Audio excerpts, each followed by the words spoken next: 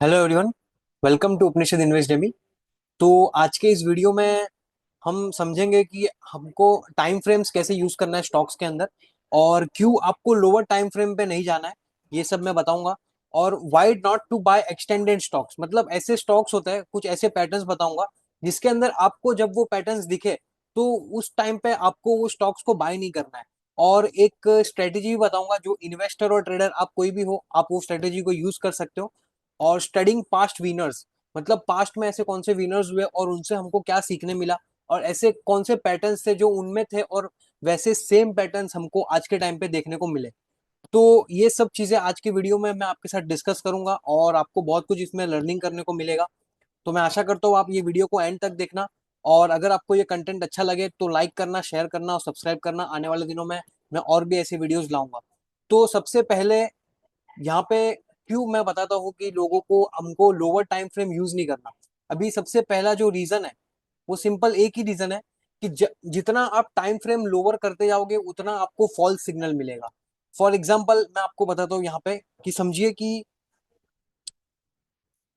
यहाँ पे समझिए किसी ने 5 मिनट्स के टाइम फ्रेम में स्टॉक में एक ट्रेडिंग किया, ठीक है। और वो 5 मिनट्स के अंदर आपको लग रहा है कि वो ऊपर की ट्रेंड है। अभी ये 5 मिनट्स की अपर की ट्रेंड, जितनी जितना छोटा टाइम फ्रेम उतना ही ट्रेंड का जो लास्टिंग है वो कम हो जाती है। फॉर एग्जांपल अगर आप 5 मिनट के टाइम फ्रेम पे ढूंढोगे स्टॉक्स को कि वो ऊपर जा रहा है तो बाय कर लेता हूँ, तो वो 5 मिनट का टाइम फ्रेम हार्डली 5 मिनट भी नहीं टिक पाएगा। और जो ट्रेंड वीकली में और मंथली में मिलता है वो बड़ा ट्रेंड होता है। मतलब ये आप समझ सकते हो कि आपको उसके अंदर एक बहुत बड़ा मोमेंटम देखने को मिलेगा और बहुत बड़ा आपको एक बड़ा बड़ा गेन करने को मिलेगा। फॉर एग्जाम्पल अभी समझिए आप 5 मिनट के अगर 5 मिनट का टाइम फ्रेम पे, 15 मिनट के टाइम फ्रेम पे, 20 मिनट के, 30 मिनट पे, 1 घंटे के टाइम फ्रेम पे आप ट्रेड करोगे तो उसमें आप कितना मोमेंटम को कैप्चर कर पाओगे। एंड ऑफ द डे देखिए, ट्रेडर हो या इन्वेस्टर हो, हमारा जो मेन मोटिव है वो तो पैसा कमाना है, ठीक है। तो अगर आपको ऐसा लगता है कि मैं 5 मिनट के टाइम फ्रेम पे और 1 मिनट के टाइम फ्रेम पे ट्रेड करके मैं 200%, 300% मेरे कैपिटल को बढ़ा सकता हूँ, तो मैं आपको अभी बोल देता हूँ कि ये वीडियो आपके लिए नहीं है। और मैं इसीलिए आपको बता रहा हूँ कि आपको क्यों बड़े टाइम फ्रेम पे आपको जाना है, क्यों हमको मिनिमम टू मिनिमम वीकली और उसके नीचे अगर आप देखते हो तो 1 डे के टाइम फ्रेम में हमको यहाँ पे आना है। तो यहाँ पे सबसे पहला जो हमको यूज करना है वो मैं आपको बताऊंगा कि आपको जो है वो वीकली टाइम फ्रेम्स को सबसे पहले आपको देखना है। कि जब भी आप स्टॉक के चार्ट को ओपन करो, मैं यहाँ पे जो बता रहा हूँ वो मैं मेरे एक्सपीरियंस के साथ बता रहा हूँ कि मैंने किस तरीके से पिछले 8-10 साल में जो सीखा है और जो समझा है, उसी उसी की मैं आपको लर्निंग्स यहाँ पे दे रहा हूँ। सबसे पहले आप कोई भी स्टॉक का चार्ट ओपन करो, आप उसके सबसे बड़े टाइम फ्रेम पे जाओ। बड़े टाइम फ्रेम का मतलब ये नहीं है, अभी यहाँ पे आप देखोगे तो ये मैंने दीपक नाइट्रेट का स्टॉक का चार्ट लगा के रखा है। तो यहाँ पे अगर आप बड़ा टाइम फ्रेम देखोगे तो आपके पास 1 साल का भी टाइम फ्रेम है और 1 मिनट का भी टाइम फ्रेम है। तो सबसे पहले मैं ये नहीं बोलूंगा कि आपको 12 मंथ्स के टाइम फ्रेम पे जाना है। इतना बड़ा भी टाइम फ्रेम, 1 साल का टाइम फ्रेम देख के हमको उसमें कुछ मिलने वाला नहीं है।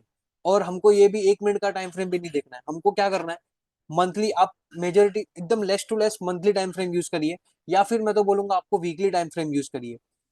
तो जब आप वीकली टाइम फ्रेम को यूज करोगे तो आपको पहले उसके अंदर ट्रेंड देखना है। अभी ट्रेंड देखने का मतलब है सिंपल कि आपको देखना है कि जो मूविंग एवरेज है वो किस तरफ है। अभी मैंने एक वीडियो में बताया था कि जो स्टाइन विंस्टन है उनके स्टेज एनालिसिस मैंने किए थे, और मैंने आपको बताया था कि स्टॉक्स के 4 स्टेजेस होते हैं, जिसके अंदर एक स्टेजेस के अंदर स्टॉक साइडवेज मूव करता है। यहाँ पे अगर मैं आपको एक्सप्लेन करूं तो जो स्टॉक है वो फर्स्ट फेज में ऐसा कुछ करता है, सेकंड फेज में ऐसा कुछ करता है, और थर्ड फेज में ऐसा करता है। फिर वहां पे मालूम पड़ता है कि स्टॉक या तो फिर से ऊपर की जर्नी स्टार्ट करेगा या फिर यहाँ से ये नीचे जाएगा।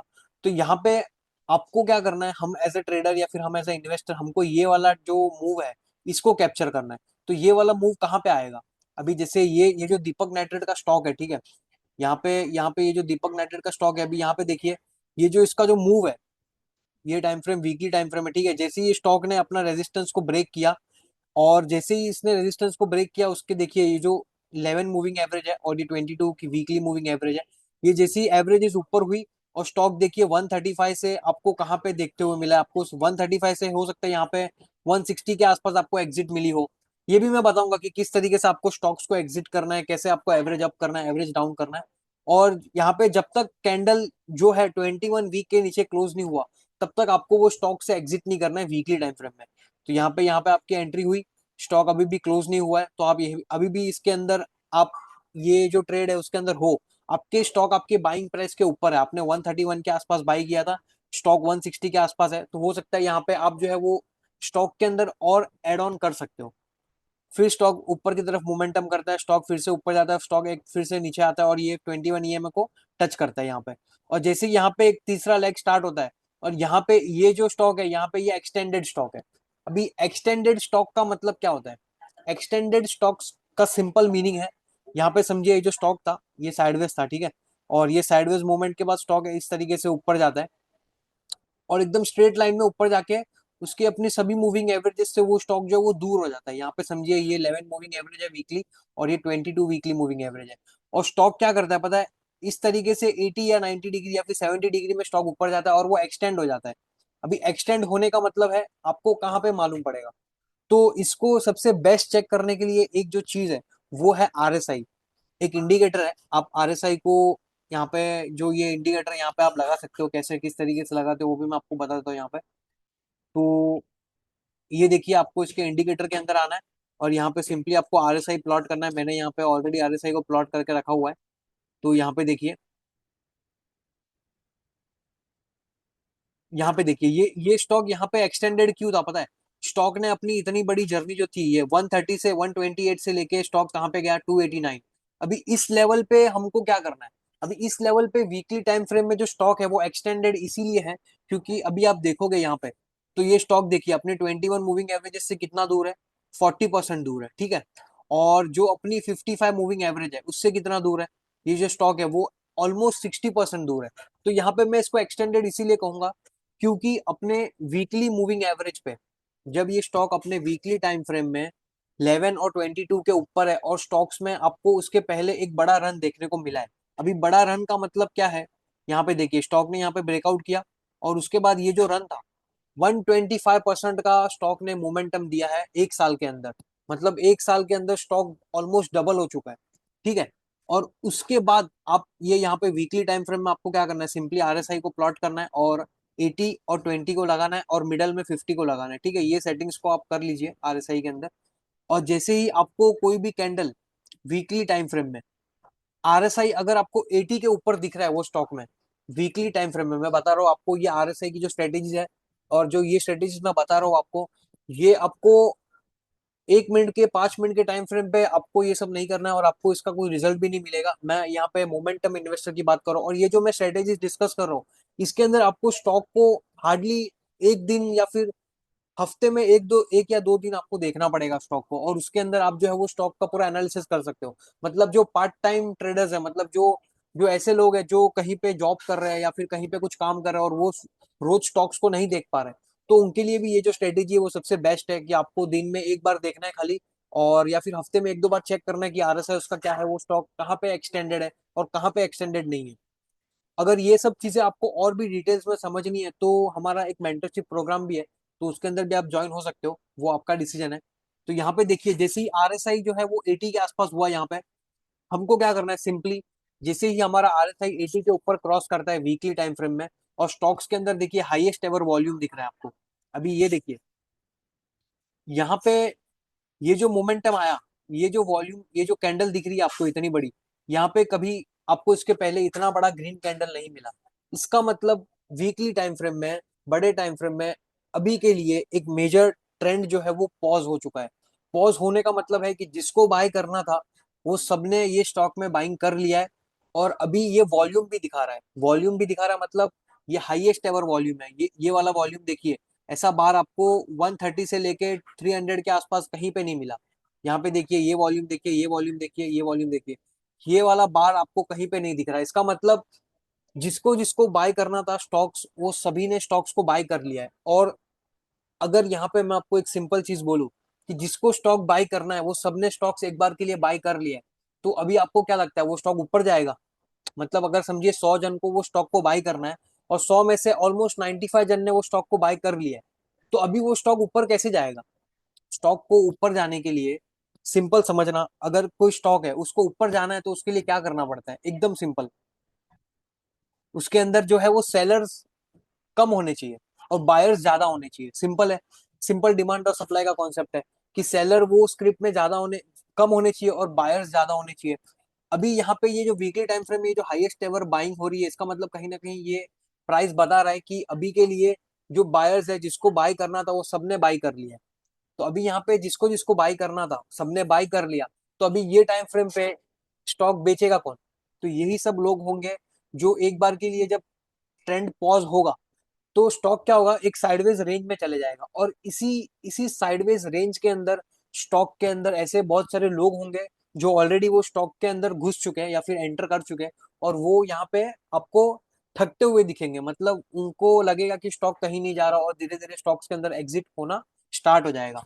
तो ये सब चीजें आप इतना ध्यान मत दीजिए, आप सिंपली ये चेक कीजिए, स्टॉक जब भी वीकली टाइम फ्रेम में अपना RSI 80 के आसपास इसको क्रॉस करें, 80 के आसपास कहीं भी क्रॉस करे, आप वहां पे एक बार के लिए निकल जाइए। और यहाँ पे उसकी एंट्री टेक्टिक्स क्या होगी, कि आप सिंपली क्या कर सकते हो, जैसे ही स्टॉक अपने ब्रेकआउट दे, अभी यहाँ पे देखिए, यहाँ पे भी एक और मैं आपको दिखाता हूँ। यहाँ पे जैसे ये जो ट्रेंड लाइन है, ठीक है, ये स्टॉक की ट्रेंड लाइन है दीपक नाइट्रेट की। अभी यहाँ पे देखिए, स्टॉक 2014 में 26 रुपए का था, ठीक है, अपने 12 और 22 के ऊपर जैसे ही गया, अभी ये वाला स्टेज देखिए जो मैं आपको बताता हूँ, स्टाइन वेंस्टन का एक स्टेज है कि जिसके अंदर स्टॉक कहीं पे नहीं जाता है, स्टॉक एक साइडवेज रेंज में रहता है, ठीक है। तो ये वाला वो रेंज है। यहाँ पे देखिए स्टॉक कहीं पे नहीं जा रहा, और जैसे ही अपना इसने ब्रेकआउट दिया, स्टॉक अपने 11 और 22 या फिर ये 30 भी रख सकते हो, और उसके ऊपर आना उसने स्टार्ट कर दिया। जैसे ही स्टॉक अपने सभी मूविंग एवरेजेस के ऊपर आना स्टार्ट हुआ, और स्टॉक देखिए यहाँ पे 88 के आसपास है। अभी आप बोल सकते हो कि ये तो स्टॉक ऑलरेडी एक्सटेंडेड है, लेकिन आपको जो एग्जिट है वो तभी तक नहीं करना जब तक उसका वीकली 11 मूविंग एवरेज क्लोज ना हो जाए उसके नीचे। अभी आप बोल सकते हो कि यहाँ पे भी तो स्टॉक 80 के ऊपर है, एक्सटेंडेड है, लेकिन यहाँ पे जो 11 मूविंग एवरेज है वीकली, ये तो अभी भी ऊपर है। यहाँ पे एग्जिट इसीलिए करना था। यहाँ पे जो मैंने आपको बताया था, यहाँ पे इसीलिए एग्जिट करना था क्योंकि स्टॉक ने अपनी ये जो 11 मूविंग एवरेज थी उसको कहीं ना कहीं ब्रेक कर रहा था ये। यहाँ पे देखिए ये जो ब्रेकिंग था, ये यहाँ पे ब्रेक हुआ था। जैसे 11 मूविंग एवरेज ब्रेक हुआ ना यहाँ पे, तो इसीलिए हम वहां पे एग्जिट कर रहे थे। और यहाँ पे इसीलिए एग्जिट नहीं करना है क्योंकि अभी तक उसका 11 मूविंग एवरेज टच नहीं हुआ, ठीक है।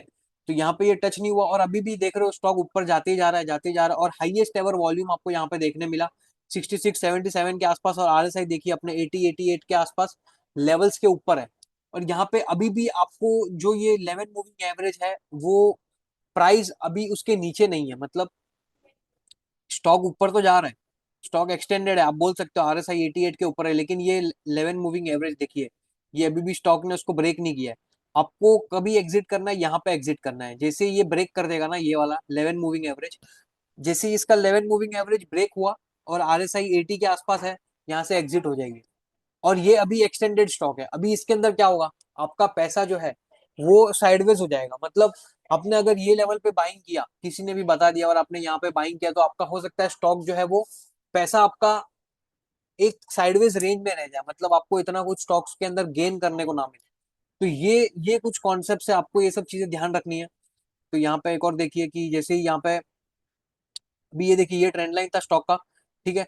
स्टॉक यहाँ पे एक बार में नीचे आया, फिर यहाँ पे रेजिस्टेंस, यहाँ पे रेजिस्टेंस, यहाँ पे रेजिस्टेंस, यहाँ पे फिर से सप्लाई जोन। ये सब कैसे प्लॉट करना है, किस तरीके से प्लॉट करना है, ये भी हमारे जो मेंटरशिप प्रोग्राम है उसके अंदर हम बताते हैं कि कैसे, किस तरीके से आपको स्टॉक्स के चार्ट्स को ऑलरेडी ओरिजिनली स्टोरी के फॉर्म में देखना है। तो वो सब हम जो है वो हमारी मेंटरशिप के अंदर सिखाते हैं, और अगर आपको वो सब चेक करना हो तो आप हमको कांटेक्ट भी कर सकते हो। यहाँ पे देखिए स्टॉक के अंदर रेजिस्टेंस था ये 1 2 3 4 5 6 7। स्टॉक ने 7 टाइम्स वो रेजिस्टेंस को, वहां से रेजिस्टेंस के नीचे आया। और यहाँ पे देखिए स्टॉक ने क्या किया, अपना 11 मूविंग एवरेज और 21 मूविंग एवरेज, यहाँ पे स्टॉक सभी मूविंग एवरेज के ऊपर गया। यहाँ पे जैसे ही स्टॉक सभी मूविंग एवरेज के ऊपर गया, RSI देखिए कहाँ पे, RSI एक्सटेंडेड है क्या? नहीं। RSI 55 के आसपास है, मतलब एक्सटेंडेड नहीं है। RSI एक्सटेंडेड नहीं है, मतलब अगर यहाँ पे RSI 80 के आसपास होता तो मैं हो सकता था यहाँ पे एंट्री नहीं लेता, सिंपल एंट्री नहीं लेता। उसके भी लेने के टेक्टिक्स है, लेकिन वो अभी के लिए मैं आपको नहीं बताऊंगा। कि जैसे यहाँ पे RSI 55 के ऊपर है, स्टॉक अपने 11 और 22 मूविंग एवरेज के ऊपर है वीकली टाइम फ्रेम में, आपको सिंपली जाके स्टॉक को बाई कर लेना है, और तब तक होल्ड करना है जब तक वो अपने 11 मूविंग एवरेज के नीचे ब्रेक ना हो। यहाँ पे देखिए ये स्टॉक ऊपर गया, 74 से किधर गया स्टॉक देखिए। अभी यहाँ पे देखिए स्टॉक कहाँ पे, 11 मूविंग एवरेज को ब्रेक नहीं किया अभी भी, और इस तरीके से स्टॉक एक्सटेंड हो चुका है। यहाँ पे 131 का प्राइस स्टॉक के अंदर आपको 70 से लेके 131, मतलब ऑलमोस्ट स्टॉक डबल हो चुका है। और यहाँ पे आपको फिर से देखिए हाईएस्ट एवर वॉल्यूम दिख रही है, और आरएसआई जो है वो 80 के आसपास है। यहाँ पे देखिए ये जो आरएसआई है, जैसे ये इतना बड़ा कैंडल बना, आरएसआई 82 का हो गया। और 82 का होने के बाद अभी दो ऑप्शन है। एक तो क्या कर सकते हो आप, 11 मूविंग एवरेज को होल्ड करो, मतलब जैसे ही 11 ईएमए वीकली टाइम फ्रेम पे क्रॉस हो, प्राइस उसके नीचे आए, या तो तभी एग्जिट हो जाओ, या फिर सिंपली आपको कोई और अपॉर्चुनिटी मिल रही है। अभी समझिए एग्जांपल्स, अभी जैसे मैं एक ही वीडियोस के अंदर सभी चीजें तो नहीं एक्सप्लेन कर पाऊंगा, लेकिन आपको सिंपल बता रहा हूँ कि यहाँ पे समझिए ये जो स्टॉक है ऑलमोस्ट डबल हो चुका है। ठीक है, अपना आरएसआई 80-85 के आसपास है, हाईएस्ट एवर वॉल्यूम आ रहा है उसके अंदर, और इसी टाइम पे मेरे को कोई और अच्छी अपॉर्चुनिटी मिले, तो मैं फिर यहाँ पे क्या करूंगा, यहाँ पे 50% क्वांटिटीज को बुक करूंगा, 50% जो स्टॉक है उसको सेल आउट कर दूंगा, और मैं वेट करूंगा 50% क्वांटिटी से कि जब तक ये 11 को ब्रेक ना करे। यहाँ पे समझिए यहाँ पे इसने ब्रेक कर दिया, तो मैं यहाँ से एग्जिट हो जाऊंगा। जो मेरी 50% क्वांटिटी है मैं उसको भी सेल आउट करके निकल जाऊंगा। तो ये कुछ सिंपल टेक्निक्स है, तो आप सिंपली ये सब टेक्निक्स को यूज कर सकते हो, और इस तरीके से आप जो है वो स्टॉक्स के अंदर चार्ट्स को देख सकते हो। अभी यहाँ पे देखिए ये इस तरीके से यहाँ पे ब्रेकआउट हुआ। अभी आप बोलोगे कि सर यहाँ पे क्यों नहीं बाई किया आपने, ये भी तो एक लेवल है जहाँ पे स्टॉक ने अपने मूविंग एवरेज को ब्रेक किया, तो यहाँ पे भी बाई कर सकते हो। ये देखिए ये उसका ट्रेंड लाइन है, ठीक है, ये वीकली मूविंग एवरेज है यहाँ पे, और ये उसका रेजिस्टेंस था। टाइम फ्रेम को आपको वीकली से नीचे नहीं लेके जाना है ये अभी के लिए, मतलब अगर आप स्विंग ट्रेडर हो या फिर इन्वेस्टर हो तो ये स्ट्रेटेजी आपके लिए बेस्ट है। और जो एंट्रीज है वो किस तरीके से हम जो है वो लोअर टाइम फ्रेम पे, जैसे 1 डे के टाइम फ्रेम पे जाके वो ले सकते हैं। मतलब मैं जो है वो यहाँ पे जो मेरी टाइम फ्रेम जो है वो मैं सिर्फ 3 टाइम फ्रेम्स को यूज करता हूँ, डेली, वीकली और मंथली।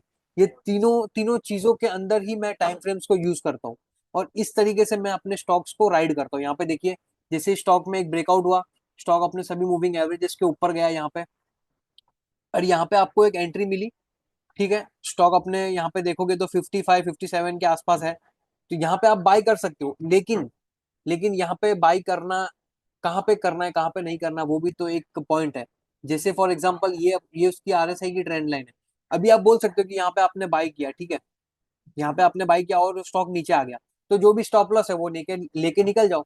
अभी वीकली टाइम फ्रेम्स और डेली टाइम फ्रेम्स में होता ही है कि जब स्टॉक आपको 7% का स्टॉप लॉस देगा ना, तो वो स्टॉक प्रोबेबिलिटी रखता है, पॉसिबिलिटीज रखता है कि वो आपको 100% गेन दे। मतलब 10% का लॉस और 100% का गेन, मतलब 1:10 का रिस्क टू रिवॉर्ड है। इस तरीके से अगर आपको कोई 3 स्टॉक्स भी आपके रॉन्ग हो गए, या फिर आपके 3 स्टॉक्स भी सही हो गए और 7 रॉन्ग हो गए, तो भी आप एंड ऑफ द ईयर आप जो है वो 6 महीने के बाद प्रॉफिटेबल रहोगे। मैं इसीलिए बोलता हूँ लोगों को कि इंट्राडे ट्रेडिंग छोड़िए। इंट्राडे में देखिए, अगर इंट्राडे ट्रेडिंग में अगर इतना ही पैसा बनता होता, ठीक है, तो सभी लोग इंट्राडे करते। आपको क्या लगता है, अगर आप इंट्राडे करोगे, जितना ज्यादा कैपिटल को घुमाओगे, जितना ज्यादा ट्रेड करोगे, उतना ज्यादा पैसा बनेगा? तो ये इस तरीके से काम नहीं होता है। आपको आपको ट्रेंड को राइड करना पड़ता है। जितने भी बड़े बड़े ट्रेडर्स हुए पिछले पास्ट में, तो वो सभी ने ट्रेंड को राइड किया है, मतलब वो कोई इंट्राडे ट्रेडर नहीं थे। उन्होंने ट्रेंड को राइड किया है 1-1 महीना, 3-3 महीना, 6-6 महीना, जिसके अंदर स्टॉक 100 गुना, मतलब 100 टाइम्स या 50 टाइम्स हो चुका है, या फिर 20 टाइम्स। अगर कोई एक स्टॉक या 2 स्टॉक आपकी लाइफ में 10 बैगर मिल गया, तो वो आपके सभी लॉस को कवर कर देगा, और सभी सभी जितने आपके आपके लॉसेस है उसको आप लेके बाहर निकल जाओगे। तो इस तरीके से यहाँ पे आपको सिंपली एक ही चीज देखनी है कि जैसे ही वो अपने 10 और 11 मूविंग एवरेज, 11 और 22 को ब्रेक करे और अपने रेजिस्टेंस को ब्रेक करे कहीं पे भी, तो आपको सिंपली एंट्री करना है, और जब तक उसमें रहना है, जब तक वो अपने 11 मूविंग एवरेज के नीचे ब्रेक ना हो, या फिर उसके आरएसआई 80 के आसपास नहीं जाए। अभी यहाँ पे देखिए ये स्टॉक देखिए 77, ठीक है, यहाँ पे फिर से नीचे आया, यहाँ पे देखिए 70-80 के आसपास आ चुका है। अभी यहाँ पे देखिए ये स्टॉक के अंदर रिजेक्शन आ रहा है, दो दो, मतलब स्टॉक्स में ऊपर के लेवल से सेलिंग आ रही है। ये कैंडल स्टिक बता रही है, ठीक है, और आरएसआई 80 के आसपास आ चुका है, और स्टॉक उसके पहले क्या हो चुका है, एक्सटेंड हो चुका है। तो यहाँ पे पॉज कर जाओ, मतलब पॉज करने का मतलब है कि थोड़ा कैपिटल उसके अंदर ट्रेड मत करो, मतलब ज्यादा पैसा उसमें इन्वेस्ट मत करो, कोई दूसरे स्टॉक को देखो। और जैसे ही स्टॉक एक बार उसका जो मोमेंटम है वो पॉज हो गया, मोमेंटम पॉज का मतलब है कि जो प्राइस को इतना दूर लेके आया है, ठीक है, तो वो अभी थक चुका है। कोई भी बोल सकते हो आप, बायर हो उसके अंदर, या स्मार्ट मनी हो, वो अभी थक चुका है, तो वो टाइम चाहता है कि यहाँ पे वो नए सेलर्स ढूंढे, बिना प्राइस को ऊपर लेके जाए या फिर प्राइस को नीचे लेके जाके एक बार डरा दे सभी को। तो यहाँ पे स्टॉक ने क्या किया, यहाँ पे नीचे गया, अपना ब्रेक किया, 21 EMA को ब्रेक नहीं कर पाया, वॉल्यूम के नीचे, वॉल्यूम एवरेज के नीचे, और स्टॉक ने फिर से अपने सभी मूविंग एवरेज को गेन किया। और यहाँ पे देखिए अपना 11 मूविंग एवरेज और 21 मूविंग एवरेज के स्टॉक ऊपर है।